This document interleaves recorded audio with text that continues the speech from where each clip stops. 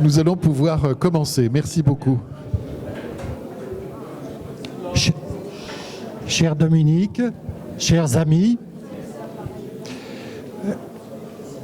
je dois vous dire tout d'abord que j'ai subi la pression de la direction de ce colloque pour vous présenter une communication avec un titre un peu piquant, j'ose même dire politique, mais ceci étant réalisé pour, susciter votre attention.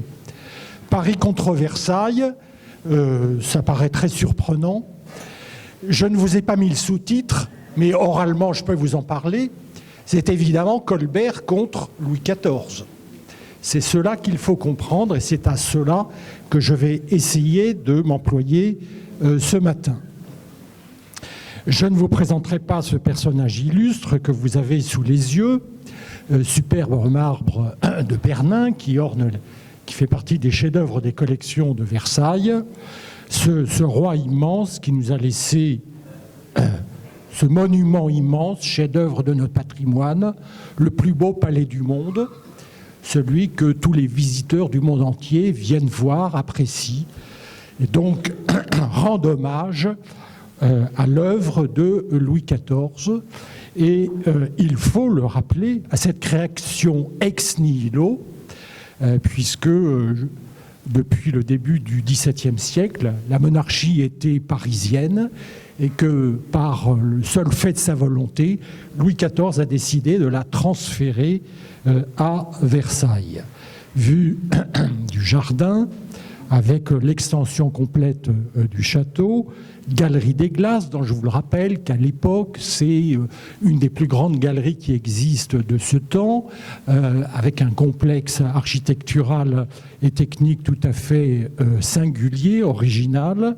Et je vous rappelle surtout ce qui n'existe plus, mais qui justifie et explique à soi la conception de ce palais, l'escalier des ambassadeurs, puisque vous devez comprendre qu'au bout de la galerie siège le trône du roi et que les ambassades du monde entier viennent lui rendre hommage.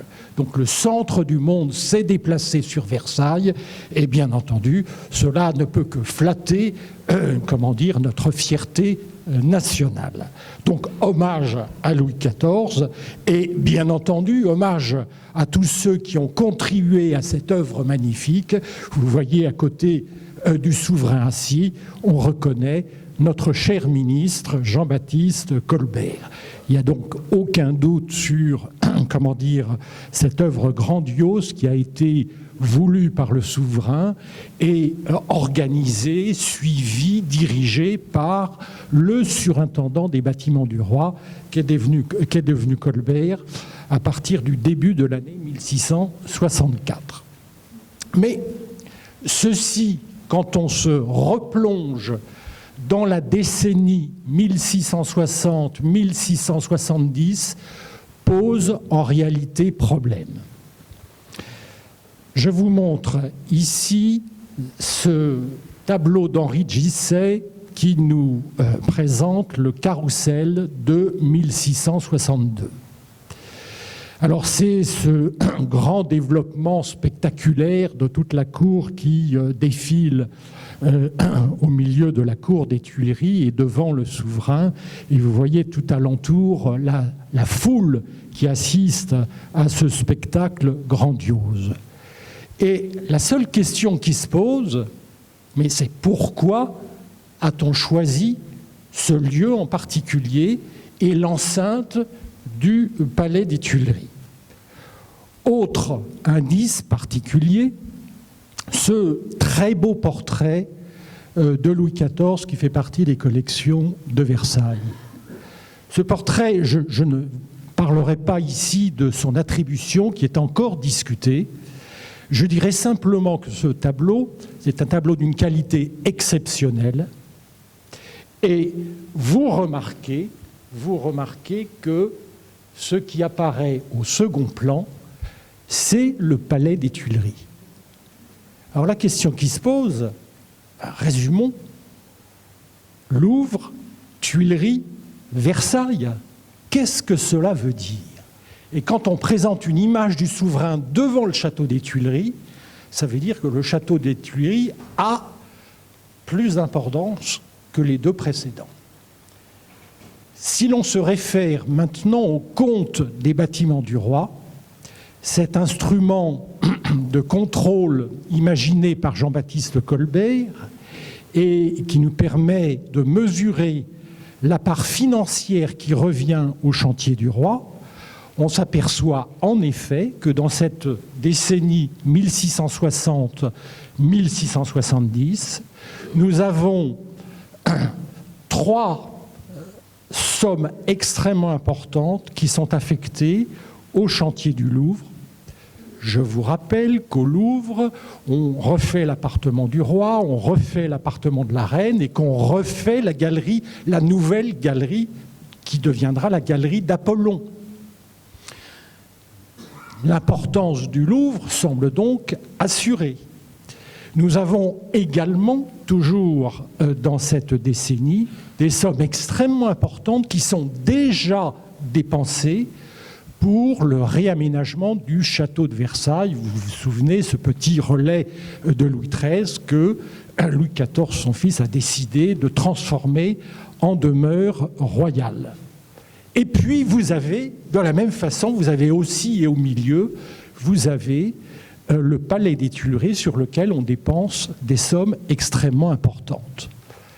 Et s'il faut maintenant, prendre un peu de recul historique, c'est ce que nous autres historiens nous sommes amenés à faire, on se dit mais c'est totalement incohérent. Pendant la même décennie, on a des sommes considérables qui sont dépensées sur 3 édifices différents appelés à être demeures royales. Qu'est-ce que cela veut dire ? Eh bien, je vais simplement citer, c'est le seul document que je me permettrai de citer devant vous. Il y en a bien d'autres qui nous intéressent sur ce sujet, mais je citerai une lettre de Colbert, Jean-Baptiste Colbert, en date du 25 septembre 1665, qui est adressée à Louis XIV. Cette lettre est connue, elle a été publiée et elle pose question. Je ne donnerai que deux citations extraites de la lettre que vous trouverez dans les documents sur le site. « Votre Majesté retourne à Versailles. Je la supplie de me permettre de lui dire sur ce sujet 2 mots de réflexion que je fais souvent et qu'elle pardonnera, s'il lui plaît, à mon zèle. » Il parle de Versailles. « Cette maison regarde bien davantage le plaisir et le divertissement de votre Majesté que votre gloire. » Je passe plus bas dans la lettre. « Si votre Majesté veut bien chercher dans Versailles où sont passés plus de 500 000 écus qui ont été dépensés depuis 2 ans, elle saura qu'elle a dépensé de si grandes sommes en cette maison. Elle a négligé le Louvre, qui est assurément le plus superbe palais qu'il y ait au monde et le plus digne de la grandeur de votre Majesté. » Donc, la lettre continue et Colbert, pardon, mesdames et messieurs, à genoux, supplie le roi d'arrêter. Donc il faut bien comprendre qu'à ce moment-là, en 1665, nous avons curieusement un dilemme, pour ne pas dire plus, entre le ministre et le roi. Alors, est-ce que ce dilemme va, trouver une solution ? Et je vous rappelle les enjeux et pourquoi, les raisons qui peuvent expliquer l'attachement que Louis XIV manifeste déjà à Versailles. Depuis la Fronde, depuis l'envahissement de sa chambre par la foule, Louis XIV a horreur de Paris, horreur de la populace parisienne. Et effectivement, l'idée de pouvoir s'extraire de la capitale pour aller au-delà est quelque chose qu'il va décider très rapidement et qu'il mettra en œuvre, ce qui justifie le choix de Versailles. Depuis toujours, et nous le savons là encore par de nombreux documents, l'office, le travail, les réseaux de Jean-Baptiste Colbert se trouvent à Paris. Lever les fonds dont il a besoin, ça justifie une présence quotidienne, permanente, auprès de tous les partisans parisiens qui peuvent apporter leur secours aux demandes qui sont faites par le souverain et que le ministre doit relayer. Il y a donc clairement une opposition frontale entre ce que le ministre souhaite, eh bien, continuer le Louvre, agrandir le Louvre, l'aménager, le moderniser, et de l'autre côté, ce que souhaite Louis XIV, c'est-à-dire quitter Paris. Eh bien, comment trouver une solution entre ces deux volontés contradictoires? C'est ce que je vais essayer de vous montrer. Et cela m'amène maintenant à aller plus loin, je dirais presque dans la préhistoire, pour vous montrer comment Colbert, dont on a rappelé les faits éminents, avant qu'il ne devienne ministre, comment Colbert sait tout ce qu'il y a à faire et va trouver les solutions pour essayer de convaincre son souverain. Colbert, vous le voyez ici en ministre, c'est le tableau de Claude Lefebvre dont on a déjà parlé, et je vous montre ici maintenant son premier patron, le cardinal Mazarin, ici croqué devant ses collections dans sa galerie du palais Mazarin de même nom, et donc cet ensemble qu'il avait acheté et qu'il avait agrandi progressivement. Une vue de la façade de l'ancien hôtel qu'il a d'abord loué, vous vous souvenez, c'est une affaire très complexe, et puis finalement acheté, agrandi, et ici un plan, et ce plan vous montre en particulier, dans cette partie, c'est l'aile avec les écuries, et à l'étage, vous aviez la première bibliothèque Mazarin, celle qui a été transférée aujourd'hui dans les locaux de l'Institut de France. Et donc, Mazarin, nous le voyons donc à la fin de la décennie 50, victorieux de la Fronde, donc de la de la guerre civile. Il lui reste une dernière tâche à accomplir qui est de résoudre le conflit avec l'Espagne.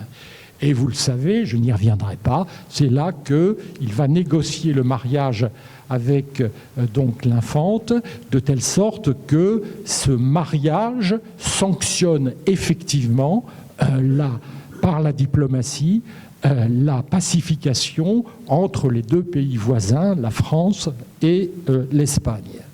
Et nous avons dans sa correspondance des tas de lettres qui disent « Voilà, quand le roi rentre à Paris avec son épouse, je veux organiser un grand spectacle dans mon palais. » Et que fait-il? Il demande à son secrétaire, c'est-à-dire Jean-Baptiste Colbert, de solliciter les plus grands architectes italiens, puisqu'il est passé à la mode italienne, et il va demander en particulier à Carlo Vigarani, et puis à un autre architecte, Antonio Valberg, de créer un théâtre pour organiser ce spectacle grandiose qu'il veut offrir au roi et à sa jeune épousée. Et puis, bien entendu, les deux Italiens qui sont, opposés sur ce chantier ne s'entendent pas, et c'est Colbert qui essaye de faire les arrangements entre eux et qui sert d'intermédiaire entre eux et le cardinal Mazarin.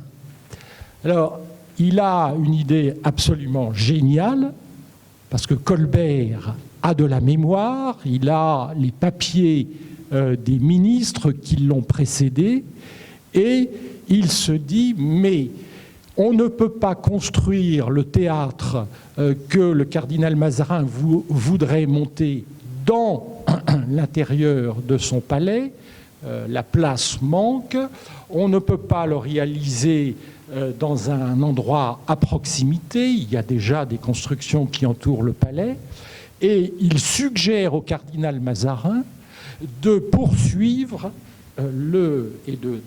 d'achever la façade du palais des Tuileries. Je vous le rappelle, ce palais qui a été imaginé par Catherine de Médicis et dont au milieu du XVIIe siècle, et par rapport aux plans et aux gravures qui existent, vous avez ici la grande galerie du Louvre et vous avez ici donc ce palais.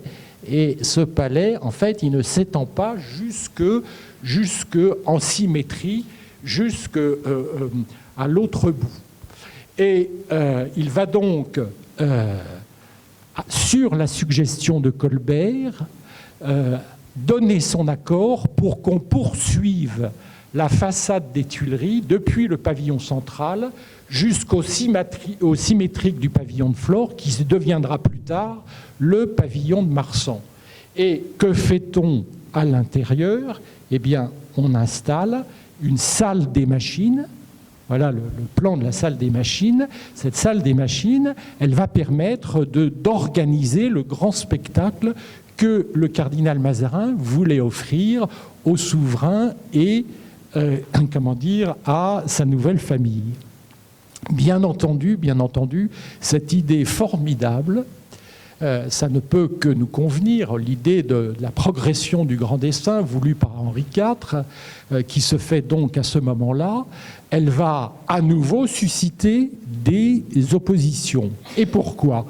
Parce qu'on se trouve à présent non pas dans le domaine privé, mais dans le domaine du roi, et que le seul architecte en charge de la construction de ce bâtiment ne peut être que Louis le Vau. Et Louis le Vau, qui est très malin sur ce point très particulier, il va tout à fait accepter de construire un bâtiment dont l'élévation et les toitures surtout correspondent à ce qui est fait de l'autre côté, c'est-à-dire un palais à la française. Alors que les Italiens, eux, ils veulent une terrasse, comme on fera plus tard à Versailles. Donc une architecture italienne d'un côté, de l'autre côté une architecture française, et évidemment, ça provoque des étincelles. Et Colbert est toujours à la manœuvre pour arranger les choses. Alors ce qui est vrai, je vous montre ici le palais dans toute son extension, et vous voyez en effet que, à partir du pavillon central, vous avez une exacte symétrie qui existe entre les deux parties du palais. Et donc, ceci, c'est à tout moment, c'est Colbert qui a maîtrisé les choses de telle sorte que le palais change de configuration, mais avec des fonctions qui, à un temps donné, notamment cette salle de spectacle, de machines, qu'elle soit intégrée à la partie la plus proche de la rue Saint-Honoré. Donc voilà, Colbert a réalisé cette prouesse. Pour lui, c'est donc une façon de répondre à la demande et en même temps de s'inscrire dans la tradition historique française et parisienne qui est de poursuivre donc cette grande façade des Tuileries. Et nous arrivons aux années 1664, donc juste avant l'écriture de la lettre que j'ai citée et qui montre en quelque sorte une forme de désespoir, de supplication du ministre à l'égard de son souverain en lui demandant de renoncer à Versailles. Et comment fait-il, et que fait-il plus exactement pour proposer, parce qu'il ne faut pas jamais, lorsqu'on s'adresse à un dirigeant, il ne faut jamais, évoquer ou aborder une critique si on n'a pas de solution à proposer. Et Colbert est trop, politique, trop fin, trop malin pour ne pas proposer de solution. Et que fait-il ? Il propose le palais des Tuileries comme plan B. Donc le palais des Tuileries, l'architecture est achevée, elle est complète. D'un côté, vous avez la salle des machines, ça fonctionne pour les divertissements du roi. Mais de l'autre côté, dans la partie qui date du XVIe siècle et du début du XVIIe siècle, puisque Henri IV avait déjà contribué à agrandir les choses, vous avez un bâtiment qui possède des appartements avec quelques aménagements, mais rien de plus. Et donc, Colbert imagine d'installer 4 suites. l'appartement du roi, l'appartement de la reine, l'appartement du dauphin et l'appartement de la reine-mère. Et il va s'employer à ce chantier de 64 à 70. Il y a des transformations architecturales qui sont menées, il y a aussi des transformations décoratives qui sont menées. Et je vous montre maintenant ce tableau, qui est un tableau de Jean-Baptiste de Champaigne. C'est un tableau qui est passé sur le marché de l'art il y a 40 ans, un peu plus même peut-être, et que j'ai fait acheter, qui est entré aujourd'hui dans les collections du Louvre. Ce tableau, c'est un tableau qui décorait, qui servait de plafond à l'alcôve de la chambre à coucher du dauphin au Palais des Tuileries. C'est vous dire que vraiment les choses avaient été poussées et en effet ce palais était en mesure à ce moment particulier d'accueillir le roi et sa cour. Et je vous montre aussi une chose qui est encore plus étonnante, qui est ce tapis de la Savonnerie conservé au Mobilier National qui provient du Palais des Tuileries. Donc vous avez un autre élément, alors je ne parle pas du mobilier parce que ça, bon, on ne sait pas trop malheureusement, mais vous avez vraiment à ce moment particulier, on est donc dans les années 65-70, un palais qui est livré clé en main. Et d'ailleurs, il va être occupé, en effet, pendant quelques années par Louis XIV et sa famille. Donc, on voit bien qu'à ce moment particulier, faute de mieux, eh bien, Louis XIV a accepté un temps de pouvoir résider dans ce palais, au fond, pour lequel il n'avait pas franchement d'attachement. Et c'est à partir des années 70 qu'on voit bien, alors là, de façon très claire, il se passe une chose, la situation change du tout au tout. D'abord, les artistes qui travaillent aux Tuileries, je pense en particulier à Sébastien Bourdon, meurent, laissant une partie des chantiers décoratifs qui lui avaient été confiés inachevés. Et puis, il y a d'autres artistes, ceux-là plus jeunes, je pense à Noël Coipel, à Nicolas Loire. Louis XIV va tout simplement les prendre et les passer du chantier des Tuileries au chantier de Versailles. Voilà. Donc là aussi, vous avez des appartements qui ne vont pas recevoir jusqu'au dernier détail ce qui devait apparaître dans le mode de l'art décoratif. Et donc, à partir de là, progressivement, ce château va être délaissé et il va, en quelque sorte, passer à la trappe. Et cet épisode, c'est un épisode donc très peu connu, très peu commenté et finalement très important pour nous parce que ça a été, du point de vue de l'art en général, le moment où on voit deux générations qui se distinguent, la vieille génération, j'ai évoqué Bourdon, mais il y a Philippe de Champaigne, il y en a d'autres, qui passent le relais à la nouvelle génération, celle qu'on va trouver à Versailles. Et elle trouve aux Tuileries, je dirais, un mode d'apprentissage et d'entraînement qui lui sera extrêmement utile pour la suite. Donc voilà le triste sort du grand dessein de notre ministre. Et voilà le triste sort de ce palais qui, en effet, restera un petit peu abandonné à lui-même pour la suite.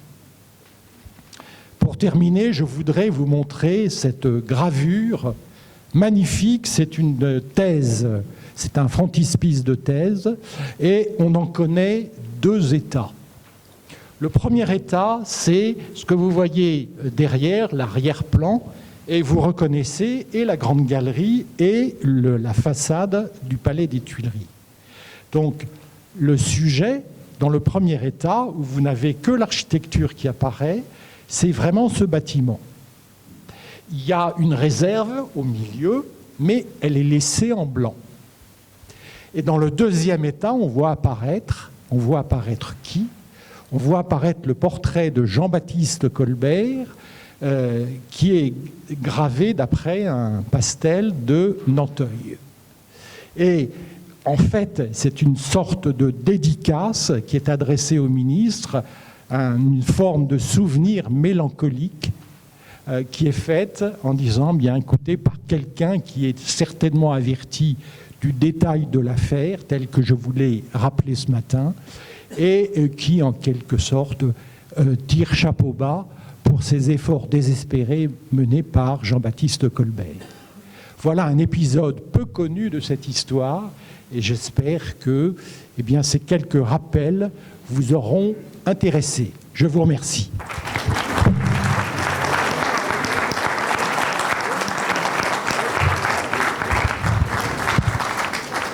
Merci Nicolas, c'est tout à fait intéressant évidemment. Ce sont des choses dont on parle peu, vous avez raison de le dire. Et merci d'avoir cité cette lettre. Je vais me permettre d'ajouter en substance la réponse de Louis XIV, puisqu'on a la réponse, je crois, à cette lettre ou à une autre du même genre. Louis XIV avait horreur qu'on contrarie ses projets. Colbert le fait d'une façon assez explicite, je ne vais pas dire cinglante parce qu'il y met les formes, mais néanmoins c'est tout à fait explicite. Et il existe une lettre de Louis XIV répondant à Colbert: Monsieur, j'entends ce que vous me dites, vous m'avez mis dans une colère noire. Je l'accepte parce que c'est vous et eu égard à vos bons conseils habituels, mais je vous conseille vivement de ne pas récidiver. C'est-à-dire que vraiment, donc c'était extrêmement clair de la part de Louis XIV.